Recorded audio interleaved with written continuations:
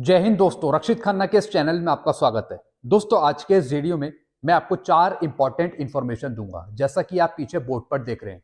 और इसी के रिगार्डिंग कुछ लेटर हैं, कुछ मैसेज हैं, वो भी मैं आपको साइड में दिखाऊंगा, वो भी आप चेक करेगा। वीडियो में आगे बढ़ने से पहले एक छोटी सी गुजारिश करूंगा, अगर आप पहली बार मेरा चैनल देख रहे हैं या फिर वीडियो देख रहे हैं तो आप मेरा चैनल सब्सक्राइब कर सकते हैं, जिसका नाम है रक्षित खन्ना, क्योंकि वेलफेयर से रिलेटेड जो नई नई जानकारी आती है वो आपको इस चैनल के माध्यम से समझाई जाती है। पेंशन से रिलेटेड जो प्रॉब्लम आती है उसका भी सोल्यूशन किया जाता है, एक सही रास्ता आपको दिखाया जाता है, जिसके बेस पर फिर आपको एरियर मिलता है और फिर आप अपनी पेंशन की कार्रवाई करते हैं। चलते हैं दोस्तों पहली इंफॉर्मेशन की तरफ। पेंशनर्स 568 के एरियर को लेने के लिए रिकॉर्ड से कार्रवाई कर रहे हैं, रिकॉर्ड कुछ नहीं करेगा। जी हाँ दोस्तों, जो सर्कुलर 568 निकला था वो निकला था बैंकों के लिए, सीपीपीसीज के लिए, पीओआर के लिए, रिकॉर्ड के लिए नहीं लिखा था उसमें। क्योंकि दोस्तों 568 के सर्कुलर के अकॉर्डिंग बैंकों को, सीपीपीसी को 568 का जो एरियर था वो आपके खाते में डालना था, लेकिन काफी पेंशनर को मिल गया, कुछ पेंशनर छूट गए। तो दोस्तों इसमें पेंशनर को अपने रिकॉर्ड से कोई कार्रवाई करने की जरूरत नहीं है, वो डायरेक्ट कांटेक्ट करेंगे अपने बैंक से, सीपीपीसी से, क्योंकि पहले जो पेमेंट पे हुआ इन सर्कुलर का वो बैंक से सीपीपीसी से पे हुआ, तो आपको अपने बैंक या फिर सीपीपीसी से कांटेक्ट करने की जरूरत है। रिकॉर्ड उसमें कुछ नहीं करेगा, क्योंकि 568 का जो एरियर है वो डायरेक्ट बैंकों को, सीपीपीसी को डालना था आपके खाते में, ना कि रिकॉर्ड को। तो अगर आप अपने रिकॉर्ड से कार्रवाई कर रहे हैं तो इसमें रिकॉर्ड कुछ नहीं करेगा। आपको कांटेक्ट करना है पीओआर से, सीपीपीसी से या फिर बैंकों से जिनको नहीं मिला। तो दोस्तों आप 568 का सर्कुलर भी देख सकते हैं और फिर उसमें एड्रेस भी देख सकते हैं कि 568 का जो एरियर लेने का है वो कहां पर किसको एड्रेस है, बैंकों को है और सीपीपीसी को है। रिकॉर्ड का कुछ काम नहीं है सर्कुलर 568 का। चलते हैं दूसरी इंफॉर्मेशन की तरफ। डायरेक्ट एंट्री से भर्ती हुए हवलदारों को पेंशन बढ़ाने का मौका। जी हाँ दोस्तों, मैं उनकी बात कर रहा हूं जो डायरेक्ट रिक्रूटी हैं, डायरेक्ट वो हवलदार से भर्ती हुए हैं।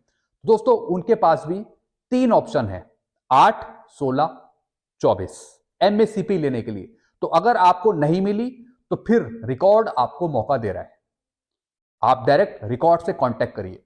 यानी 8, 16, 24 अगर आप एक ही रैंक में 8 साल होल्ड करते हैं, 8 साल एक ही रैंक में गुजारते हैं, तो फिर आपको नेक्स्ट रैंक का बेनिफिट मिलता है।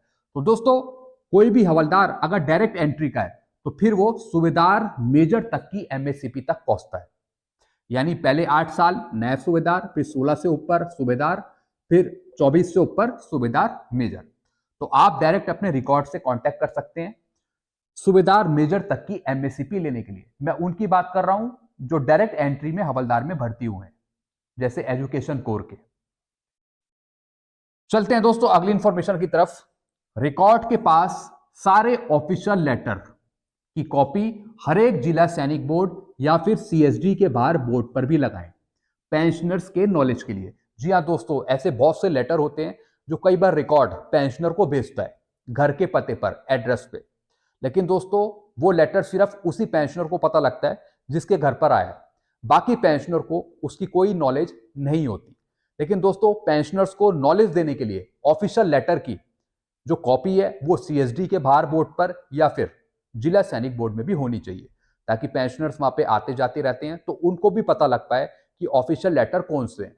और दोस्तों ऑफिशियल लेटर में जैसे एमएससीपी के लेटर हो गए, जैसे गवर्नमेंट के ऑर्डर हो गए, या फिर जैसे डायरेक्ट एंट्री के जो लेटर है वो वहां पे लगाए जाएं, ताकि पेंशनर आते जाते उसे देख पाए और समझ पाए कि वो क्या चीज है, ताकि अगर कुछ क्लेम करना हो तो पेंशनर कर तो सके। यानी सीएसडी के बाहर भी और जिला सैनिक बोर्ड के जो बोर्ड है वहां पे भी चस्पा करने की यहाँ पे कोशिश करनी चाहिए। सारे लेटर गवर्नमेंट के वहां पे लगने चाहिए, जो लेटेस्ट आते रहते हैं और जो बीच बीच में रिवाइज भी होते हैं वो भी लगते रहे, ताकि पेंशनर आते जाते उसे देख पाए, समझ पाए और फिर कार्रवाई कर पाए। एक नोटिफिकेशन के तौर पर ये लेटर गवर्नमेंट के जो है निकाले हुए ये लगने चाहिए। चलते हैं दोस्तों अगली इंफॉर्मेशन की तरफ। एंट्री लेवल पे का एरियर 1,15,174 पेंशनर के खाते में। आरटीआई के जवाब में स्पीकिंग ऑर्डर पीसीडीए का जवाब पेंशनर को। दोस्तों एक मैं आपको स्पीकिंग ऑर्डर दिखा रहा हूँ, साइड में आप चेक कर सकते हैं।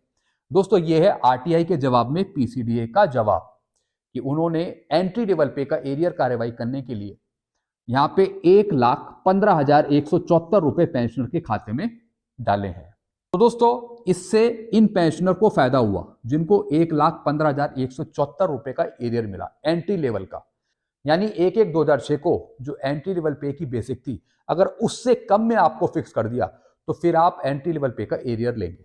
तो दोस्तों एंट्री लेवल पे पर कार्रवाई चल रही है, जैसे मैंने आपको समझाया था, रिकॉर्ड के थ्रू भी और पीसीडी स्पर्श के थ्रू भी। तो दोस्तों जिनको नहीं मिला फिर आप कार्रवाई करें अपने रिकॉर्ड के थ्रू आप कार्रवाई करें, फिर आपको एंट्री लेवल पे का एरियर मिल पाएगा।